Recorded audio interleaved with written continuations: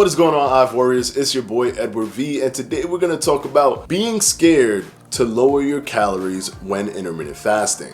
One of the biggest questions that I got from my last video, and thank you for the support, as my last video was the quickest video to hit 30,000 views, and I guess it's because there's a lot of interest in, of course, losing body fat, utilizing intermittent fasting, or just the notion of hitting a plateau. But in this video, because the question was asked so many times in regards to aggressive weight loss with aggressive reduction in calories and what is too aggressive, I'm gonna go ahead and tackle that question in this video. Stay tuned.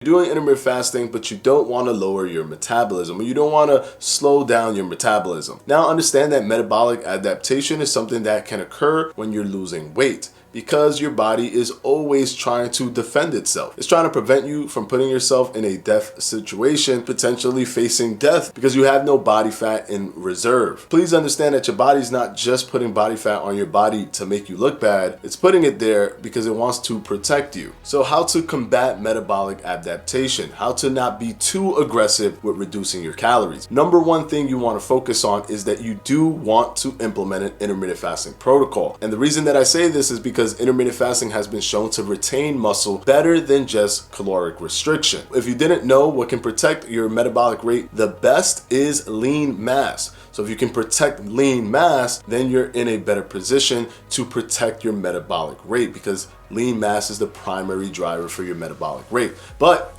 even with that being said, you can still lose a little bit of muscle when you are losing weight over a long period of time, because you're never going to 100% just burn fat. Intermittent fasting is going to help you focus on fat and protect muscle as much as possible, but there still be a percentage that comes from muscle. So you never want to go aggressively too low. One critical number that you always want to avoid is 1200. You can consider anything below 1200 calories as the dead zone. You should not have to go that low. And if you do, you may suppress your metabolic rate because your body's going to fight against this new scenario where you can only eat 1200 calories. Now you might be thinking, well, I can offset this by simply increasing my exercise. Exercise is great, especially resistance training, to retain muscle. But if you look at this chart, the majority of what you're burning throughout the day comes from your basal metabolic rate.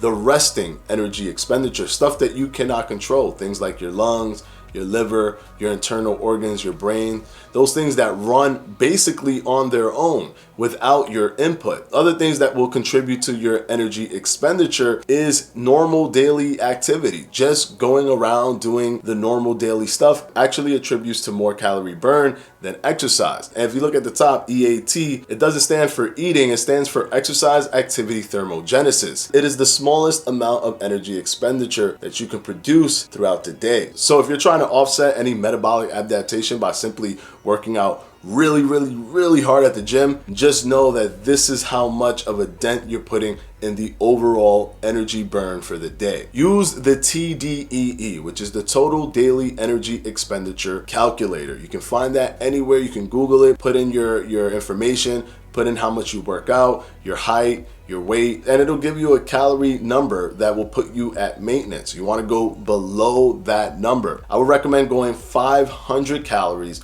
below that number. Now understand that it is very nuanced, and even if you go 500 calories below that number, your body may go into a metabolic adaptation stage just because it doesn't want to lose weight. Your body's always going to fight against any kind of dieting or any kind of restriction in calories. That's why you don't want to go too far. So daily energy expenditure usually puts most people in the 2000 range, a little bit above 2000 or a little bit below 2000. If you're heavier, you'll definitely be above the 2000 range. If you're smaller, you might be below the 2000 range. But you can just take off 500 calories from that. And calories are not an intra-day, intra-week, intra-month thing. It's a continuous calorie energy expenditure. So for example, if you were to cut 200 calories one day, you can cut 700 calories in the next day and you'll still be in the same pace. It isn't specifically focused on just that day. It is a continuous element. So if you want, you can have a caloric intake for the week and then just work towards that. But as long long as you hit your weekly calorie goal, you can be fine. And also make sure not to use the scale all the time, because if you do, if you go above your calories, look at the scale and you're holding on to a lot of water,